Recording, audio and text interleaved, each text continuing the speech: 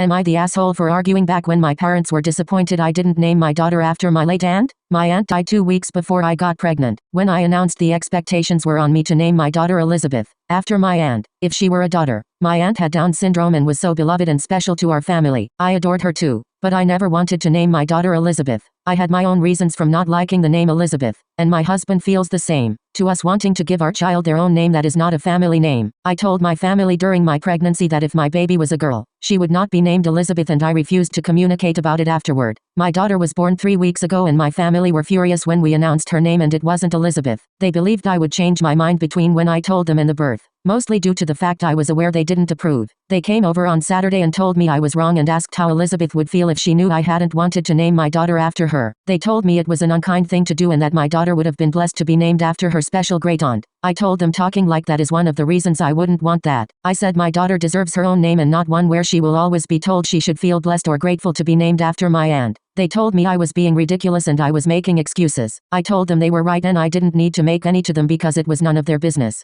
They wouldn't let up, so I told them to go and not to reach out unless they can accept my daughter is not Elizabeth. My family told me arguing with them was not the way to conduct myself. They argued first, but I did argue back, so am I the asshole?